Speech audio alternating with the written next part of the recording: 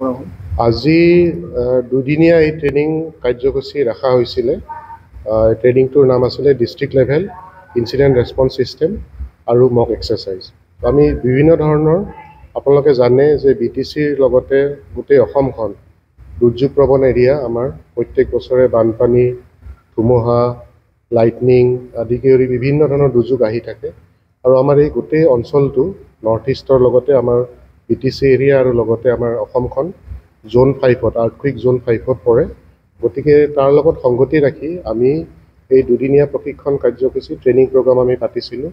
ইয়াত incident response ছিষ্টেমৰ ওপৰত আমাৰ যিমানবিলাক ডিপাৰ্টমেণ্টৰ হেড অফ দ্য ডিপাৰ্টমেণ্ট আছে কোকৰাঝাৰ জিলাৰ মুৰব্বী যিবিলাক বিষয়া আছে, যিবিলাক তেওঁলোক আমাৰ ইনচিডেণ্ট ৰেছপন্স টিমৰ পাৰ্ট তেওঁলোকক আমি এই যোৱাকালি আমি তেওঁলোকক ক্লাছৰুমত আমি বহি একেলগে ইনচিডেণ্ট ৰেছপন্স ছিষ্টেমৰ ওপৰত যে দুৰ্যোগ এটা আহিলে কেনেকৈ ৰেছপন্স কৰিব, কিমান সোনকালে মানুহখিনিক উদ্ধাৰ কৰিব, যিখিনি মানুহ ট্ৰেপ হৈ থাকে, আবদ্ধ হৈ থাকে, বিল্ডিং এটা কলাপছ হ'লে বা যিকোনো ধৰণৰ দুৰ্যোগ হ'লে কেনেকৈ তেওঁলোকক উদ্ধাৰ কৰিব, কিমান প্ৰম্পটলি আমাৰ জিলা প্ৰশাসন, জিলা দুৰ্যোগ ব্যৱস্থাপনা প্ৰাধিকৰণ DDMA কোকৰাঝাৰে তেওঁলোকে কিমান চুইফটলি তেওঁলোকে মানুহক সহায় সহযোগ আগবঢ়াব, তাৰ ওপৰত এটা প্ৰশিক্ষণ কাৰ্যসূচী হৈ যায়।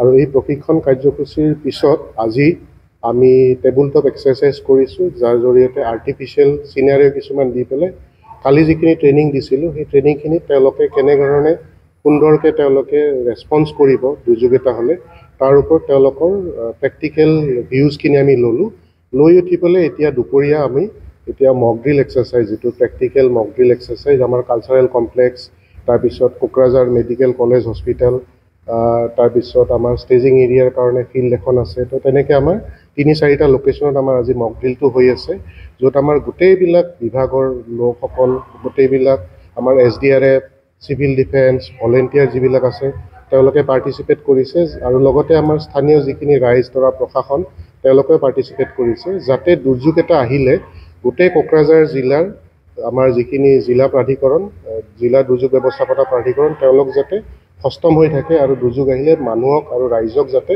তেওঁলোকে সহায় আগবঢ়াব পাৰে, সেইখিনি উদ্দেশ্য আগত লৈ আজি এই দুদিনীয়া প্ৰশিক্ষণ কাৰ্যসূচী ৰখা হৈছে। এই প্ৰশিক্ষণ কাৰ্যসূচী আমাৰ অসম ৰাজ্যিক দুৰ্যোগ ব্যৱস্থাপনা প্ৰাধিকৰণ মানে আছাম ষ্টেট ডিজাষ্টাৰ মেনেজমেণ্ট অথৰিটিৰ ফালৰ পৰা আৰু লগতে আমাৰ ডিষ্ট্ৰিক্ট ডিজাষ্টাৰ মেনেজমেণ্ট অথৰিটি, জিলা দুৰ্যোগ ব্যৱস্থাপনা প্ৰাধিকৰণ তেওঁলোকৰ লগত লগ হৈ পেলাই আমি কোকৰাঝাৰ জিলাত পাতিছোঁ। আজি একেলগে প্ৰেক্টিকেলি তাৰমানে অসমৰ গোটেইকেইখন জিলাতে আমাৰ কৰি আছোঁ আমি এই প্ৰশিক্ষণটো।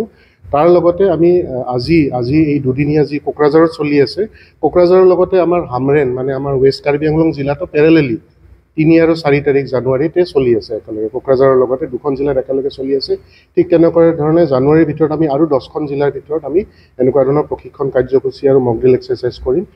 এই গোটেই কাৰ্যসূচীটোৰ উদ্দেশ্য হৈছে যে আমাৰ গোটেই অসমত যিমানখিনি আমাৰ প্ৰশাসনিক বিষয়া আছে, লগতে আমাৰ যিমানখিনি আমাৰ দুৰ্যোগ সঁহাৰি বাহিনী আছে মানে ডিজাষ্টাৰ ৰেছপন্স ফ'ৰ্চ আছে, NDRF হওক, SDRF হওক, ফায়াৰ ছাৰ্ভিচে হওক, সকলোখিনি যাতে দুৰ্যোগৰ সময়ত, ডিজাষ্টাৰৰ সময়ত যাতে সষ্টম হৈ থাকে তেওঁলোকে, সেইটো উদ্দেশ্য লৈয়ে আমি এই দুদিনীয়া কাৰ্যসূচী হাতত লৈছোঁ।